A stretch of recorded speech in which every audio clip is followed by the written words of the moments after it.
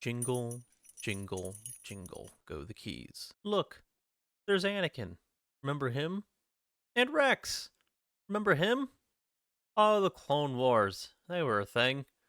Oh, remember young Ahsoka? I remember. This is what went through my mind as I watched Ahsoka episode 5. An episode, while filled with admittedly neat imagery and decent shots and some decent effects, it felt like nothing but an episode made to trend on Twitter.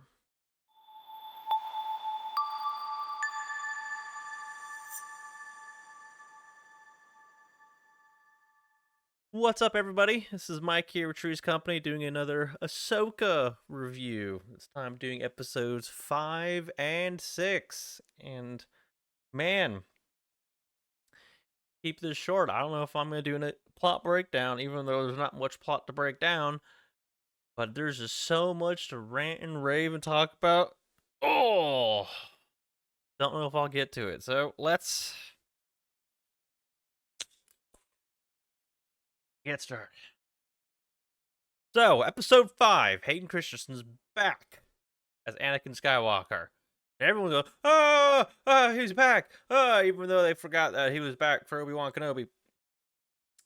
And the very first things that I have to note about Hayden Christensen and his performance with Anakin in episode 5 is he can still fight. He can still swing the lightsaber better than everyone else on the show so far. He can do it quickly, precisely, with speed, and it's cool. And it's very neat to see that he can still do that. I wonder how long it took him to practice, get back into it, or if he just fell into it like nothing.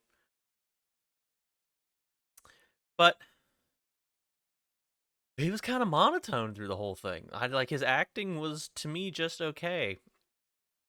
I know he gets a lot of shit on from the prequels, and I really want to get redemption like a lot of people. But I feel like he kind of phoned it in a little bit with this.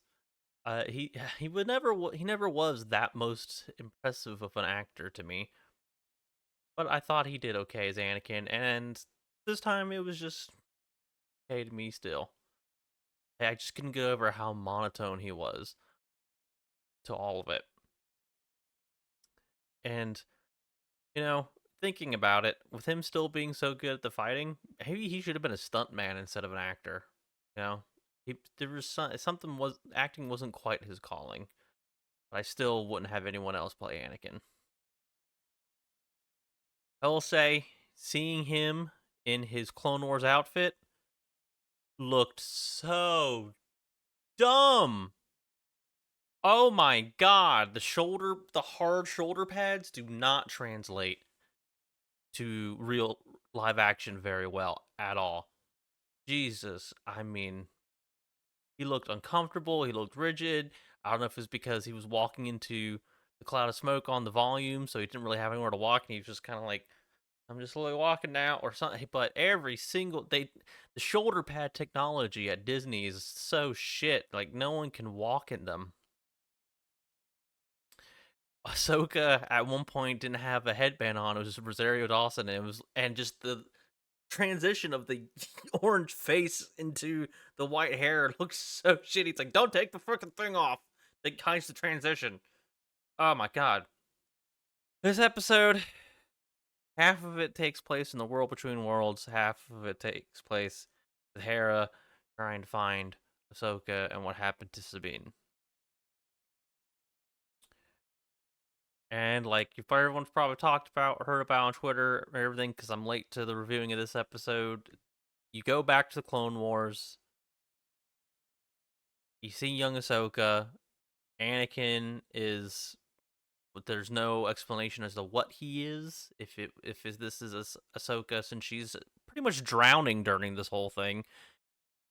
If he's just like a Force ghost, if it's actually Anakin, if there's some time travel bullshit world between worldsness that that is the Anakin from the end of episode 6 or something, or if it's just a figment of imagination teaching herself. But either way, It's Anakin saying, I need to teach you your final lesson, which is to live or die. Oh, God. The dialogue in this episode. Just shit like that. Hayden Christensen is a veteran at doing your damnness to make bad dialogue work and perform bad dialogue. And I don't think he was overly terrible about it.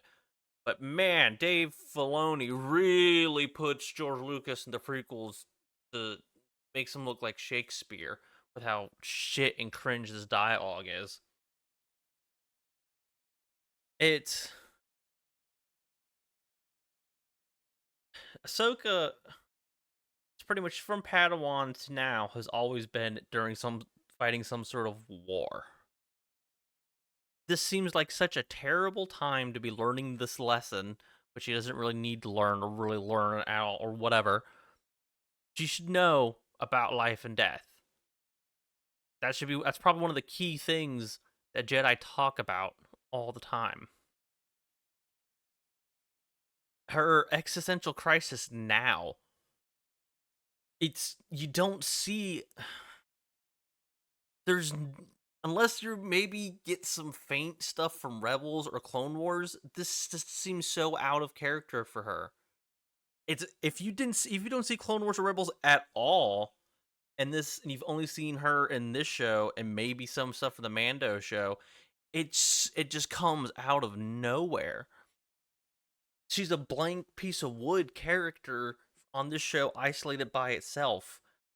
Her being like everywhere I go, there's death, and then she doesn't say anything about her wanting to live or die. Her only big thing is about death following her. It's retarded. It doesn't make sense. She doesn't actually learn a lesson, and Anakin's just. And then there's an implication that she's scared about turning to the dark side like Anakin, and it's very forced. And there's very little things that actually set that up. And Hayden Christensen is like, "Oh, is that what this is about?" And then does all this Vader shit. It's and he's like pissed at her for like bringing up the fact that he was evil. It's so dumb. If you want Ahsoka to have a lesson to learn or be afraid of something, it should be failure. It shouldn't be like I'm afraid that everyone I love dies or something. No, it should be like I failed Anakin. She feels like she fails Anakin, either for him turning the dark side or the fact that she dropped out of being a Jedi.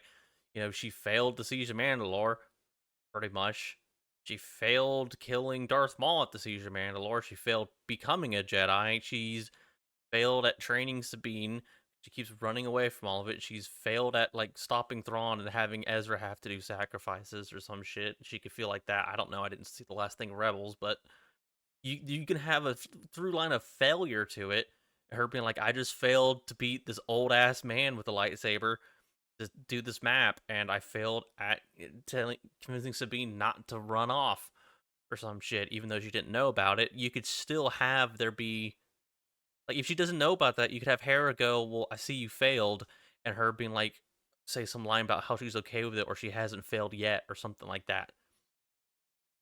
But it's so wonky, and there's piece puzzles, and there's potential for this episode to be good and meaningful, but there's just a scattered around jigsaw puzzle that you don't know what the hell it actually looks like. Then Dave Filoni puts something together and goes, "Look, it's art," and you're like, "There's pieces missing.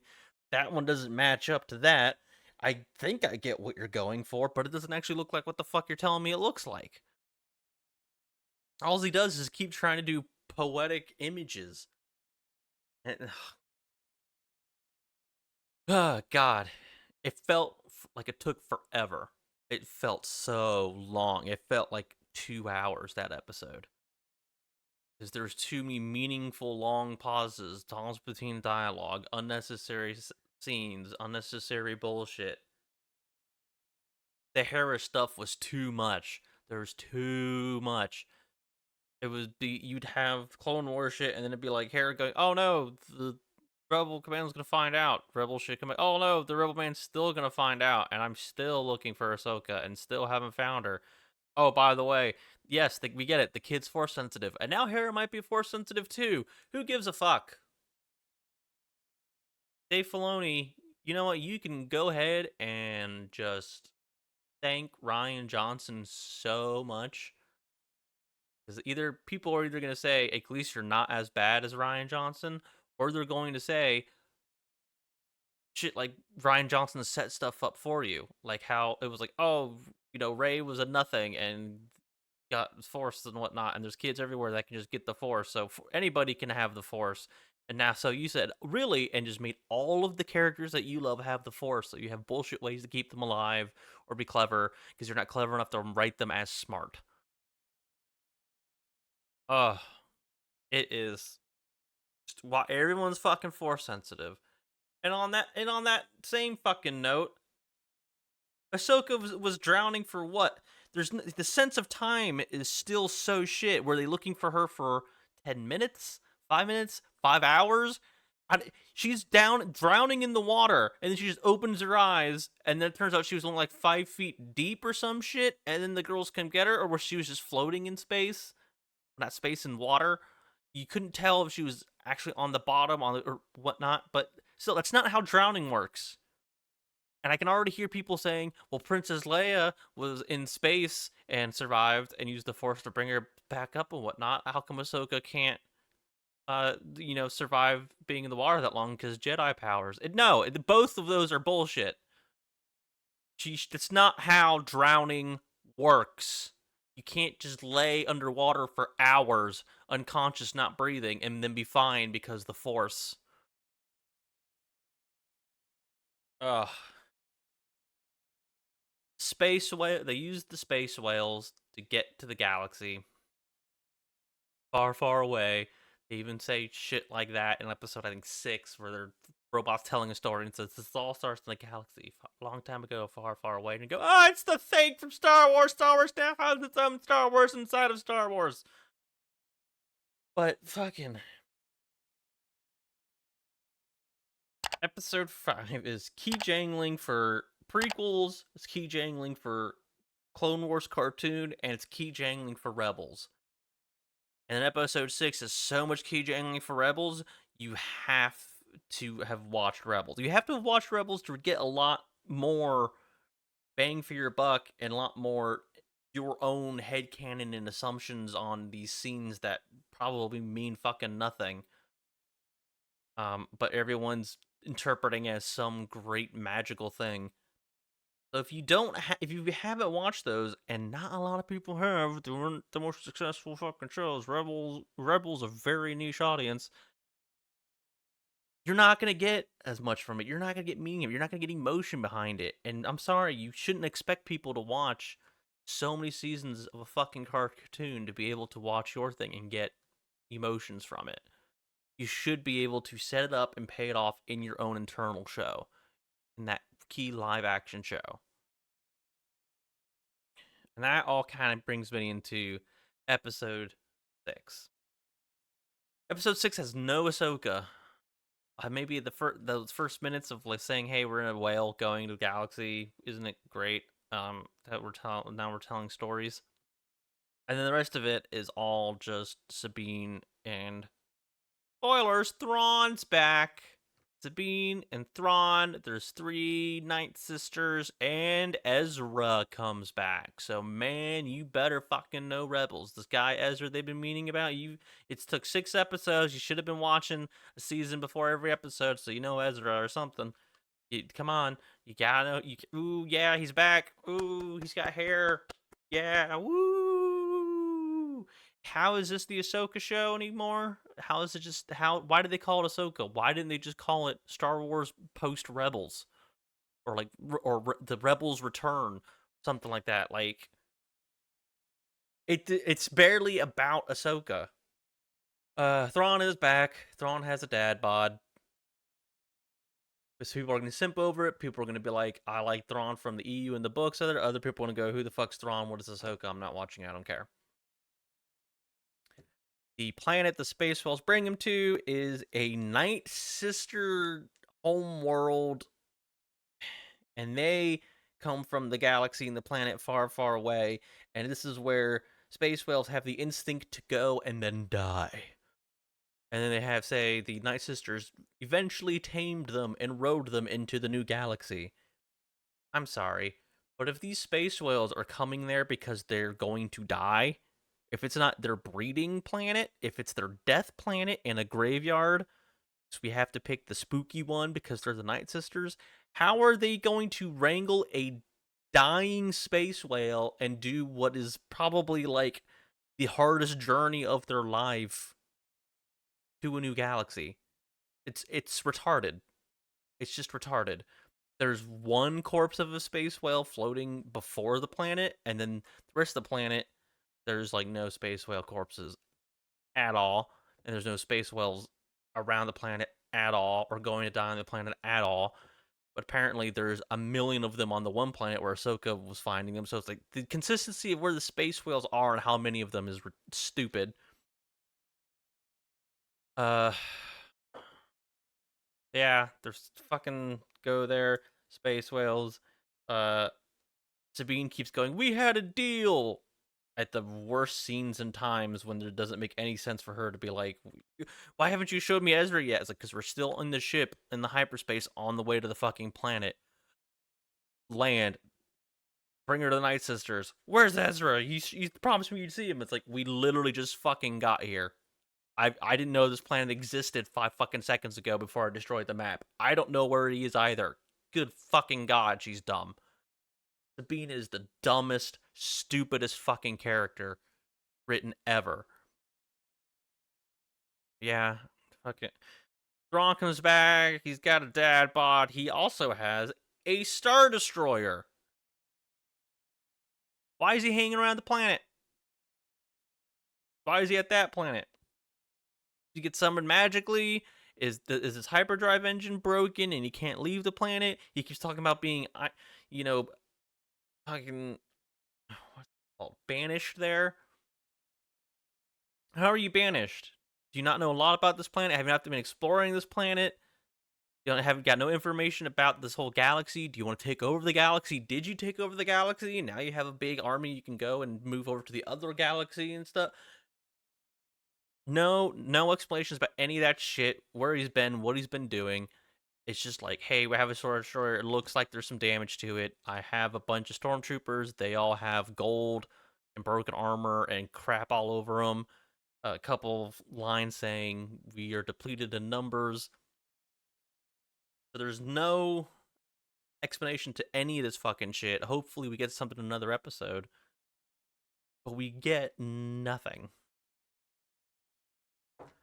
He doesn't know if Ezra's alive. And he gets the mercenaries to fucking go follow Sabine to find him and then kill them both. Ray Stevenson, we get more insight into his character. He still does the best performance. He still is trying. I'm not as interested in him in his character anymore. He's still my favorite one. Seems like he might be doing a flip floppy at the end with Jedi stuff. There's just so much. It's just they drag out shit so much. They don't get to the point. It's 6 fucking episodes. 6 fucking episodes. We know fuck all about anything. But yeah, Sabine finds Ezra. Ezra's like, "Oh great, you found me. Let's go home. Tell me, I have so many questions. Did everything work? How's the war? Is Thrawn gone? All the shit." He doesn't know fucking all. And Sabine's like, "I'm not gonna talk to you about that. I just want to enjoy you being alive that I found you." It's like, no, Thrawn already told you. If you're not back by the time we're done loading our ship, because he's trying to do secret play suicides, I'm gonna honor deal shit. Like, I'm leaving your ass. So Sabine either has to trust that or not trust that, and the only way she can get off this planet is through Thrawn and the ring. She knows, regardless, he's getting off as fast as he fucking can. You don't have time to sit there and go like, "Wow, you grew your hair out. Isn't that amazing?" She has to be like, Just come up and be like, I found you. That's great, but I'm so sorry. I royally fucked up. And now I need your help to fix it because Thrawn's not dead. I don't know how you don't know he's not dead.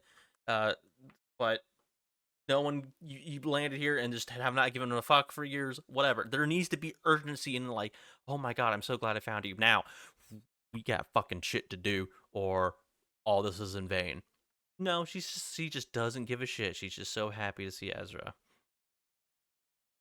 which took her about 10 minutes of the episode to find her.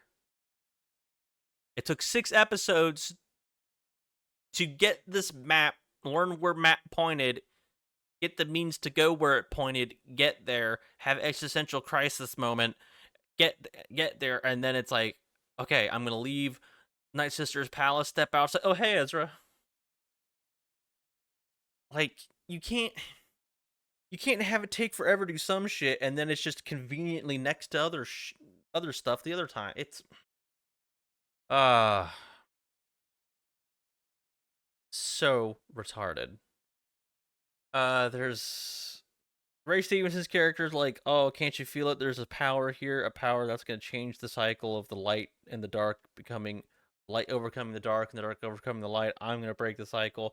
There's this power here, and maybe the Night Sisters are scared of it. Now I'm going to harness it. Is that the power that's keeping Thrawn here? Destroying his ships, dwindling his numbers? This sure as fuck wasn't Ezra, apparently. Was this all damage that happened during the fucking banishing him to this planet? It's so many fucking questions. Nothing was answered. They found him. Hooray. Hopefully something will actually happen now. Great.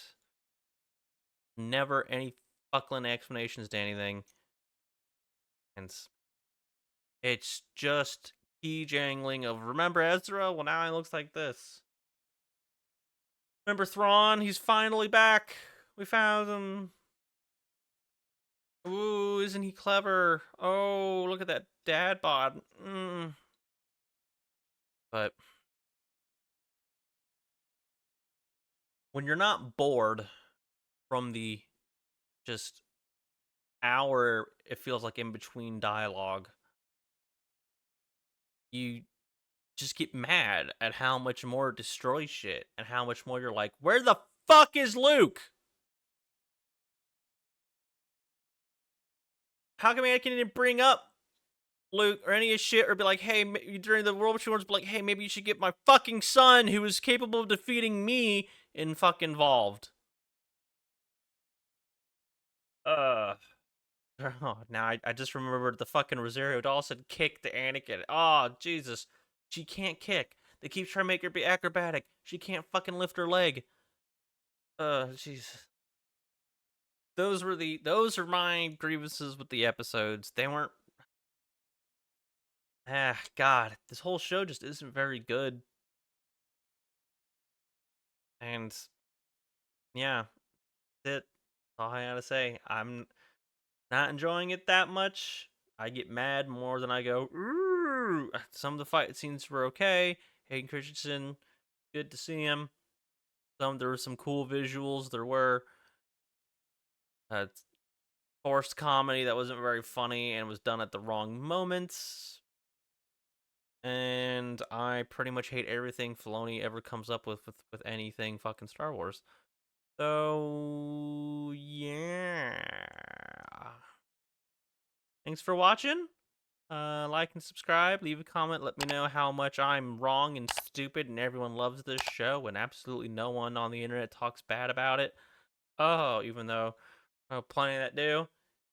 And I know plenty of people that just don't watch it because, good God, the water cooler talk about this show at my day job is non-existent. I don't know any normies that are actually watching this show. I don't know anybody but myself and maybe one other person that watches this show.